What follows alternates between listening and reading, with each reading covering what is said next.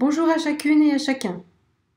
Aujourd'hui, en cette période de fin d'année calendaire, je vous propose de parler des jeux et des jouets durant cette session de webinaire. Pourquoi ai-je choisi ce thème? On nous demande souvent si les enfants jouent dans une école Montessori, car on parle d'activités, de travail, de séquences, et surtout parce que nous ne proposons pas de poupées, de marionnettes, ni de dinettes. C'est pourquoi je vous propose de passer ce moment ensemble sur ce sujet que j'ai intitulé « Jouer et la pédagogie Montessori ».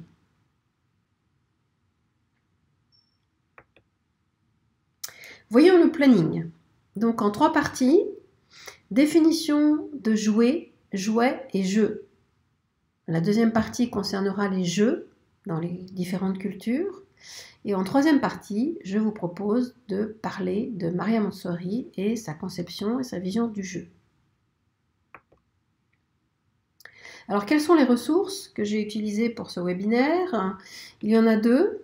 Ce soir, je voulais évidemment parler et citer Maria Montessori, et plus particulièrement l'un de ses livres qu'elle a écrit qui s'appelle The Absorbent Mind, et j'aime beaucoup utiliser les versions originales pour éviter les déperditions de traduction. Il se trouve effectivement que Maria Montessori a dû s'occuper d'enfants désœuvrés et elle a été témoin de cette motivation dont est pourvu chaque enfant à agir pour s'approprier le monde, s'y intégrer et y survivre. Donc je vous propose de redécouvrir ou de découvrir ce qu'elle a écrit à ce sujet. En 2e ressource, je vais vous parler de Nicolas Witkowski, que j'ai découvert le jour où Caroline, une amie, m'a offert un livre intitulé « La petite métaphysique des jouets ». J'ai une grande joie à lire ce livre, car ce monsieur aborde la question des jouets sous un angle un peu différent et très intéressant. Au-delà des grandes idées freudiennes ou piagéennes qui nous sont rabâchées dans nos universités françaises ou sur la grande toile, il apporte, à mon avis, quelque chose d'un peu nouveau, un éclairage intéressant. Bon, il est clair que chacun voit midi à sa porte et que si on n'a pas un minimum d'expérience de terrain, d'instruction en famille, ou si on n'a pas observé les petits-enfants actifs, ou si on n'a pas un minimum de physique, de connaissances en physique, on passe à côté de l'essentiel de la notion du jeu de l'enfant. Et c'est ce que illustre justement dans son livre Nicolas Witkowski. Et c'est ce que je vous propose de partager ci-après dans cette présentation.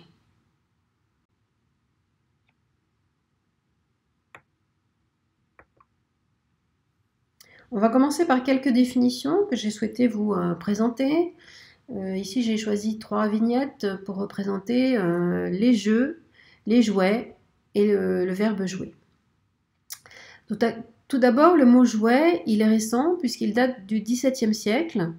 Auparavant, les jouets étaient des objets sans catégorie, souvent des représentations d'animaux, de personnes ou des objets artistiques ou religieux. Alors, il existe des définitions académiques, des classifications des jeux, des jouets, des activités ludiques, du matériel pédagogique, mais ce soir, j'ai fait vraiment le choix, j'ai arrêté le choix de distinguer 3 termes et je vais vous les expliquer.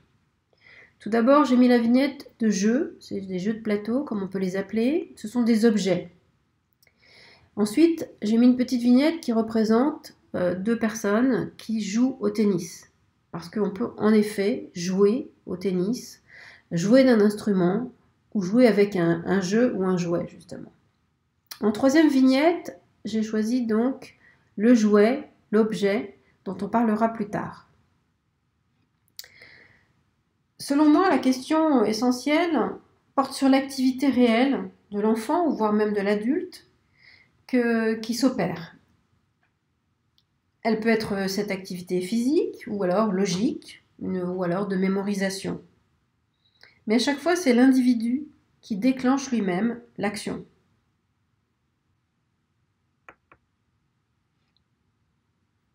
Par conséquent, la question centrale est: que vont déclencher l'environnement social et matériel chez l'individu?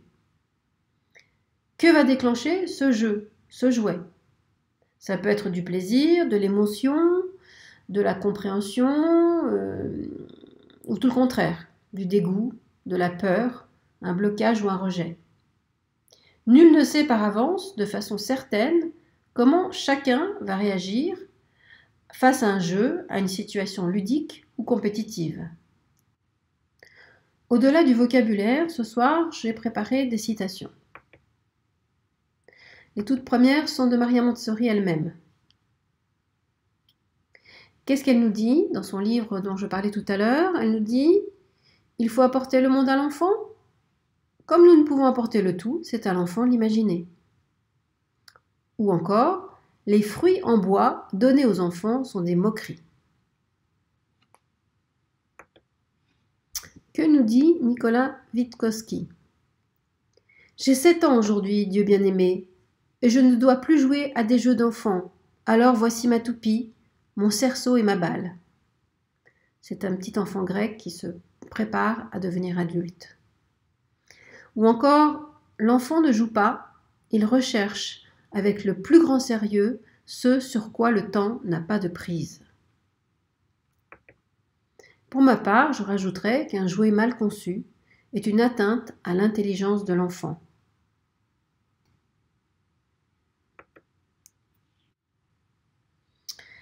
Répétons-le, nous sortons à peine d'un siècle d'emprise dévastatrice par la psychanalyse freudienne qui nous dit qu'un enfant qui joue avec son crayon est un enfant auquel on interdit de jouer avec son pénis. C'est issu du livre Libre enfant de Summerhill dont on parle beaucoup mais que peu ont lu en réalité. Donc j'aimerais ce soir vous épargner tout ce gâchis dont certains de nos enfants subissent encore les conséquences. Donc éloignons-nous définitivement des psychanalystes. L'enfant jouait avant Freud, il jouera encore longtemps, bien au-delà de la disparition de toutes ces théories parfois très fumeuses et, je pense, dangereuses. L'enfant imite en effet dans certains jeux l'adulte, son attitude, il peut projeter aussi ses rêves, ou même lui-même, mais de là à faire le lien systématique avec la sexualité, restons sérieux et épargnons nos générations à venir de tout ceci, s'il vous plaît. Il existe d'autres théories sur le jeu qui ne sont pas dénuées d'intérêt, mais qui n'apporteront pas une réponse définitive sur la question. Alors, je n'ai pas souhaité reprendre toutes ces idées rabâchées, dont certaines sont à la mode, comme par exemple celle des jouets genrés. Vous avez ici deux livres qui vont apprendre à dessiner, mais il y en a un pour les filles et un pour les garçons. En ce moment, ça fait beaucoup de bruit, mais à mon avis, enfin surtout sur Internet, mais à mon avis, c'est assez stérile et c'est pas le sujet que je vous propose aujourd'hui. Parce que ce ne sont pas des maisons d'édition, des vendeurs de jouets de supermarché ou même des concepteurs de jeux numériques qui vont nous dire la vérité sur ce qu'est le jeu pour l'enfant. Assez. L'enfant est enfoui, abandonné même, sous une tonne de jouets auxquels on demande de le séduire, de l'occuper, voire de le surveiller pendant des heures, et surtout sans faire de bruit, parce que ça peut gêner les adultes. Mais qui joue avec son enfant? À quoi? Combien de temps? Où? Comment? N'avons-nous pas le réflexe de déléguer le temps de jeu de notre enfant à une tablette? Cette tablette qu'il va utiliser durant des heures, chaque jour de la semaine? Même lorsqu'on est sur la plage, on a envie de lire un bon roman tranquillement. Eh bien, j'ai vu des familles donner des tablettes de jeux à leurs enfants.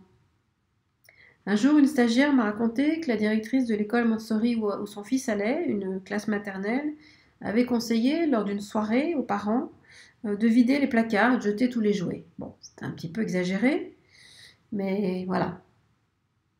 Un autre exemple que je voulais partager avec vous concerne donc une voisine qui élève son fils de 9 ans et depuis qu'il est né, elle a l'habitude et il a l'habitude aussi d'être seul le mercredi avec le chien, le téléphone et la télévision. Est-ce qu'il n'y a pas des moyens de faire autrement, d'occuper l'enfant? Tout ceci, à mon avis, est devenu assez extrême et je pense qu'il faut qu'on prenne le temps de réfléchir, d'observer l'enfant, de parler avec lui et puis d'en parler entre nous. Il faudrait décider ce que l'on souhaite voir prendre vie autour des enfants.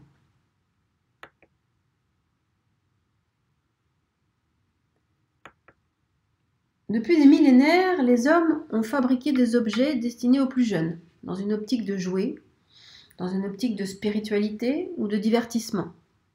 C'est donc un besoin essentiel. Il faut l'accepter comme tel. Reproduire le monde, mais aussi créer un autre monde imaginaire, voire le concrétiser, telles sont les activités de toutes les cultures humaines. Aucune n'a échappé à ce besoin. Et selon Vygotsky, les jeux et les sciences ne font qu'un. Il explique que les plus grands physiciens du siècle passé ont été influencés par leurs jouets.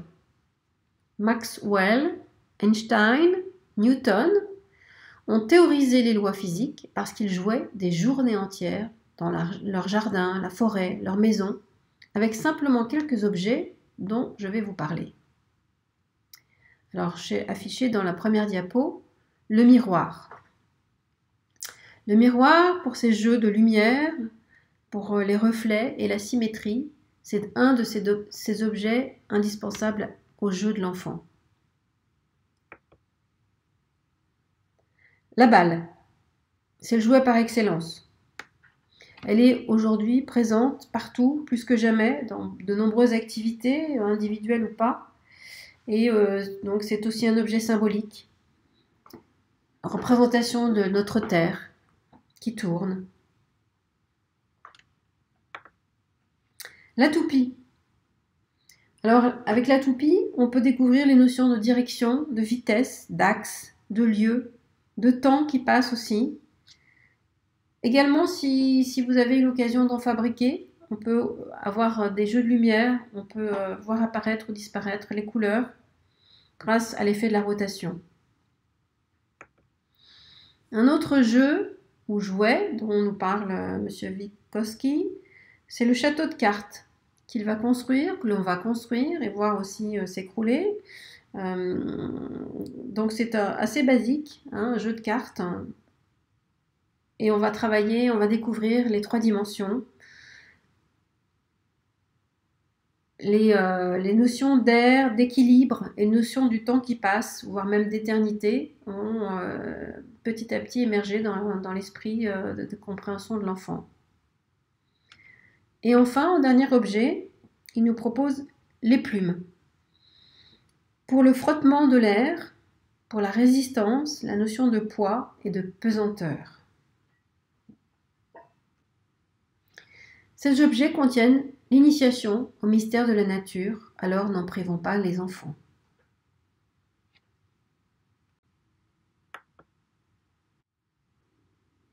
Les 3 dimensions contenues dans ces jouets, dans ces jeux ou dans le temps de jouer sont l'espace, le temps et la lumière. D'où les découvertes effectuées par Einstein, Newton et Mach, qui étant enfants ont passé des heures à observer des bulles de savon, des toupies ou des moulins à eau avant de comprendre le fonctionnement du monde réel. Alors Maria Montessori n'est pas restée insensible à ce besoin essentiel de l'homme. Elle a créé du matériel pour permettre aux enfants d'accéder aux mathématiques abstraites. Par une représentation concrète et géométrique, l'enfant peut manipuler des multiplications, des racines carrées. Dans son livre, elle nous parle aussi de concepts de joie, d'effort, de concentration, de travail, on l'a dit tout à l'heure, mais aussi d'observation. L'enfant est dans tous ces espaces à la fois. Et tout est interconnecté car au début, c'est dans un état d'inconscience que tout se construit, s'organise dans son petit esprit, jour après jour. Elle a des jeux, Maria Montessori. Elle a par exemple le jeu du silence. Elle a aussi le jeu du serpent ou le jeu de la banque en mathématiques. Elle a aussi créé, avec son équipe, des jeux comme les clochettes musicales. Et elle propose aussi des jeux sportifs avec de la gymnastique journalière.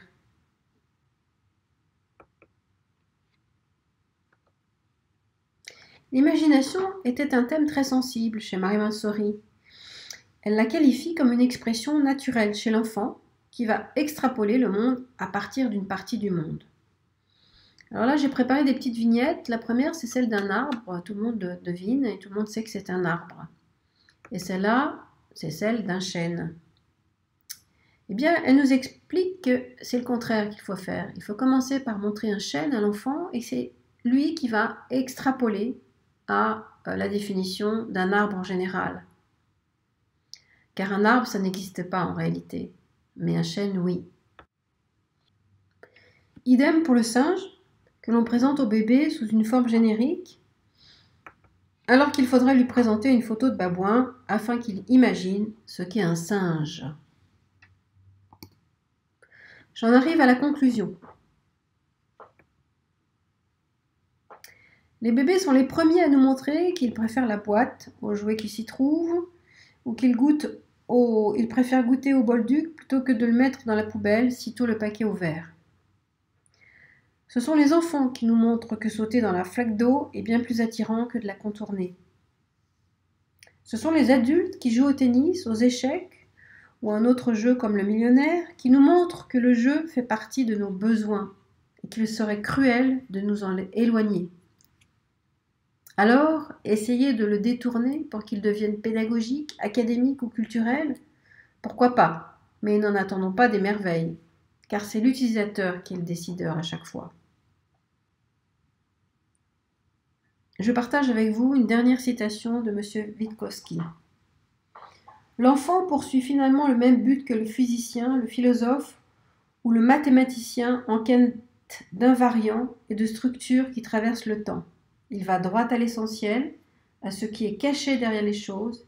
Il va aux lois de la nature. En illustration de cette dernière partie, de cette dernière diaporama, j'ai fait le choix de cette photo et puis de cette citation de Maria Montessori qui nous dit « Là où il n'y a pas de sable, il a été amené aux enfants riches ». Alors laissons l'enfant creuser seul. Redonnons-lui de l'espace, ici la plage. Redonnons-lui du temps en réduisant les activités pour lui laisser de la marge de manœuvre dans lesquelles il s'investit. Redonnons-lui de la lumière naturelle en le sortant de dessous de ces néons qui sont en permanence au-dessus de lui. En dehors des conseils avisés et de la méthode très documentée de Maria Montessori, offrons à l'enfant du sable, de l'eau, la forêt, la nature. Et offrons-lui, comme nous le conseille Nicolas, des osselets, des plumes, des toupies et des miroirs pour lui permettre un accès profond au monde réel, pas celui des supermarchés dont il est déjà gavé.